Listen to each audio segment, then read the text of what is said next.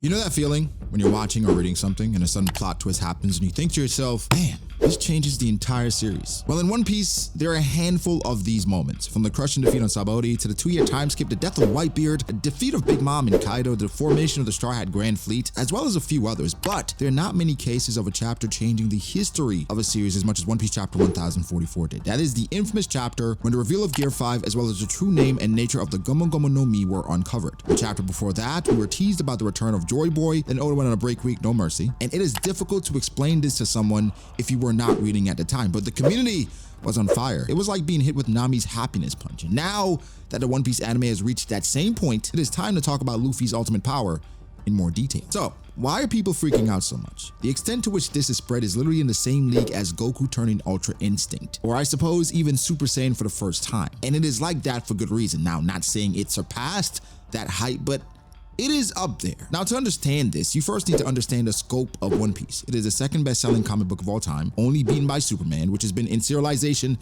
60 years longer than One Piece has. Not to mention, it is the single most sold manga ever.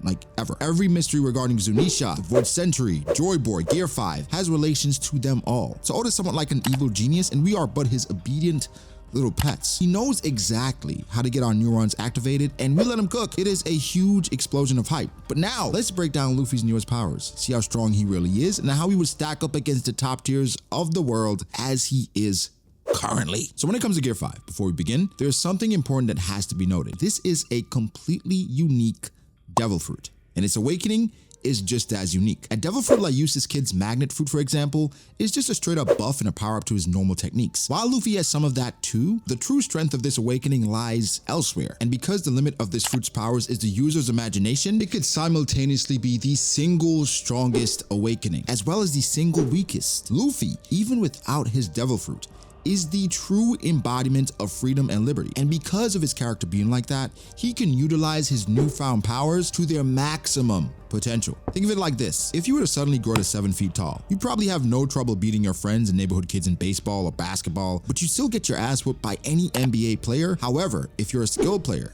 and you suddenly grow to 7 feet, you will become a monster. So unlike power-ups such as Super Saiyan, Sage Mode, Gon's adult form, Asta's transformations, or any others, Gear 5 does not grant its user new, never-before-seen strength and techniques. It simply gives the wielder the potential to become limitless and surpass all the laws of nature and reality. Well, that's not exactly a small feat either, to be fair. But with that being said, let's focus on how Luffy uses this fruit and see how a good user benefits from its abilities. The first thing to talk about when it comes to any anime power-up is the speed and strength boosts it gives. In chapter 1044, it is revealed to us that Luffy's devil fruit is not, as we were led to believe for 25 years, a Paramesa type.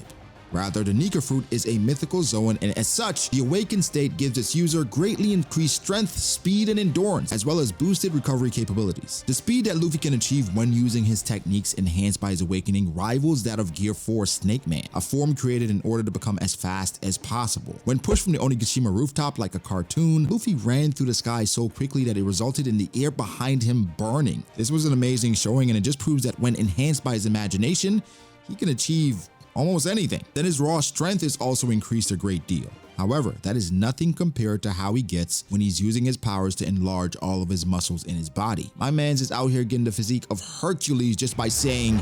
The greatest physical feats we see from Luffy in his awakening are definitely his showings of endurance. In this form, he is almost unkillable. During the final clash on the rooftop of Onigashima, we see Luffy take Kaido's devastating Boar Breath head on, and it does nothing, and he gets up barely taking any damage. Similarly, when he gets hit with Thunder Bagua, the same attack that knocked him out earlier during Wano, and what else? Oh yeah, literally killed him not even 5 minutes prior, he takes the attack straight in the head and isn't even really phased. And then he is hit by an even stronger attack from Kaido's Kanabo, and again, he gets squished like a cartoon character and just pops back up. No damage taken, no nothing. This really shows how insane Luffy's endurance is now. He can tank multiple named attacks from top tiers in the world and just stand right back up as if he fell asleep or something, which I wouldn't put past him, to be honest. However, as always, there's a downside. You know what they say, with great power comes great drawbacks, unless you're the main character. So yeah, the drawback of Gear 5 is the stamina it consumes. This is nothing new to Luffy though. His power-ups always had drawbacks to them. Gear 2 drained stamina just like Awakening does. Gear 3 made Luffy into a chibi version of himself. In Gear 4th, it takes away Luffy's haki for 10 whole minutes. But what we see from Gear 5th is on a whole new level. Luffy gets so exhausted after only a couple of minutes that he visibly ages into an old man. However, since he has the plot Nomi, Luffy can force his heart to beat to the rhythm of the drums in Liberation or whatever and start Gear 5th back up like he's starting a car engine. Just to note, however, this does not remove his exhaustion. It just lets him push past his limits in the moment, but all that stress continues building up and then it hits him like a truck afterwards. This is why after the battle of Onigashima ended, Luffy was out for 7 full days. So while he isn't exactly invincible because of the time constraints, while awakened, he borders on being indestructible, and paired up with his offensive ability, he can finish off most opponents before his stamina even becomes an issue, just like he did against Rob, Lucci, and Egghead. My man Lucci be taking all the L's since the days of Enies Lobby. Couldn't even keep one princess trapped in a room.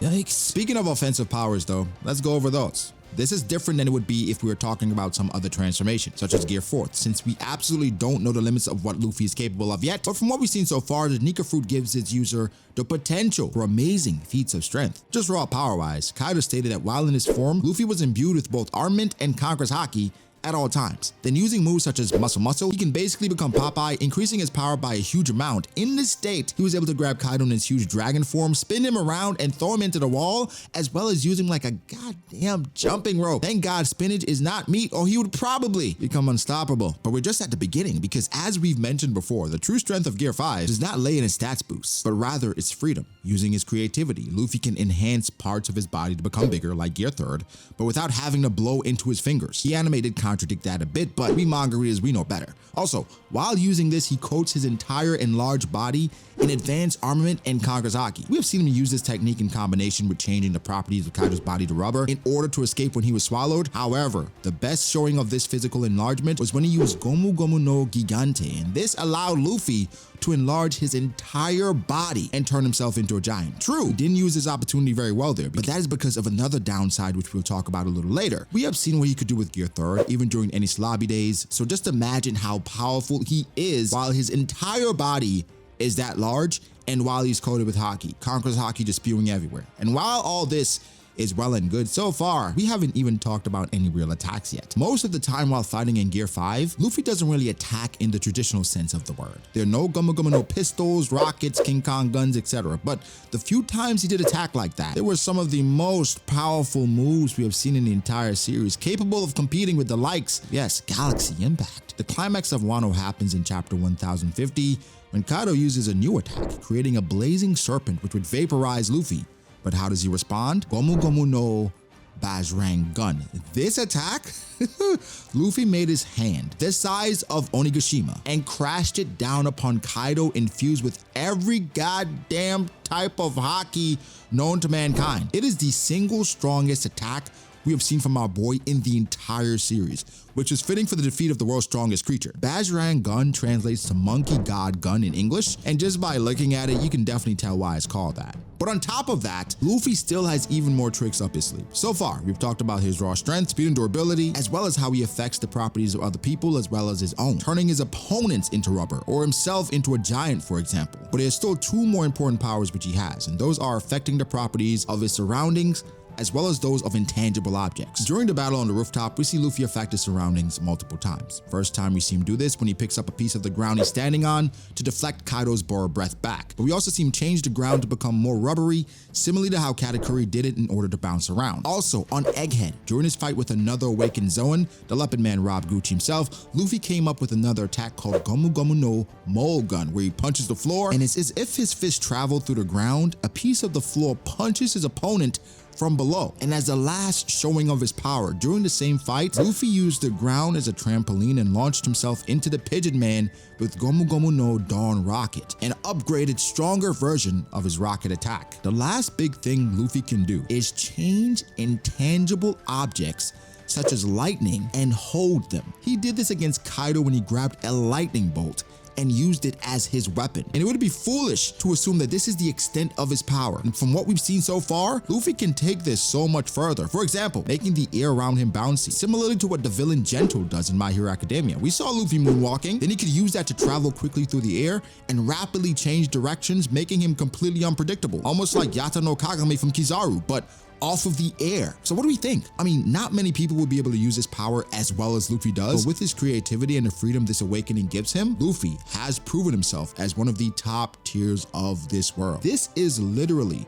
the power of Toon Force, and it is hard to see how we would get any higher than this. The way Luffy can become stronger though is to now work on solving the drawbacks of his new power. First would be to making the stamina consumption lower, or at least learning how to deal with it better and for longer. And after that, he should work on taming the devil fruit's will. Let me explain that a little bit. It is stated by the Gorosei that the Zoan type devil fruits in particular, they have strong will, right? And a will of their own which affects the user. And we see this for the first time with Impo Down Guardians, who because of their devil fruits became senseless beasts. Similarly, while in his awakening, Luffy is influenced by the spirit of the Nika fruit, and instead of being a mindless beast, he cannot control his overwhelming joy, and because of that, it doesn't seem like he can fight seriously or to his fullest potential. Everything becomes an amusing joke, and Luffy just constantly laughs instead of paying attention to his opponent. You can say this hinders him a bit, which we see in the manga during his final battle with the King of the Beast. He was more powerful once he entered Gear 5th, but he's also messing around way too much, and Kaido landed a lot of blows on him because of it. And while this did not matter in the end against Lucci, since he isn't as strong as the Emperor's, against the most powerful of foes, this behavior can be deadly and just straight up lose him the fight. I mean, he won't lose because he's Luffy, but you get the point. If Luffy can fix these weaknesses, however, considering the limitless potential of the fruit, I think it'd be fair to say that Luffy would become the strongest pirate alive. We know that he will be the Pirate King, and we also know what that means, and Oda had the opportunity to make the newest power-up either Gear 5th or his Awakening, leaving more room for improvement in the future. But he made the decision of combining both of those into one, which tells us, and Luffy said it, this is his peak. He has advanced forms of all three Haki, he has his gears, his ultimate trump card, which is his Awakening, and if he perfects all of those, there will be no one left that can stop him. And with that being said, Luffy will become the true warrior of liberation and bring the oppressive world government down. Not saying the world government will cease to exist, because they will still exist, but the powers that be, they will crumble, and new people will take over, like Kobe, Fujitora, Smoker, if Smoker is still a character in the story. But that's it, guys. Luffy's ultimate power-up truly is even more amazing than what people give him credit for, but let me know what you think. If you liked the video, like the video. If you like the channel, subscribe.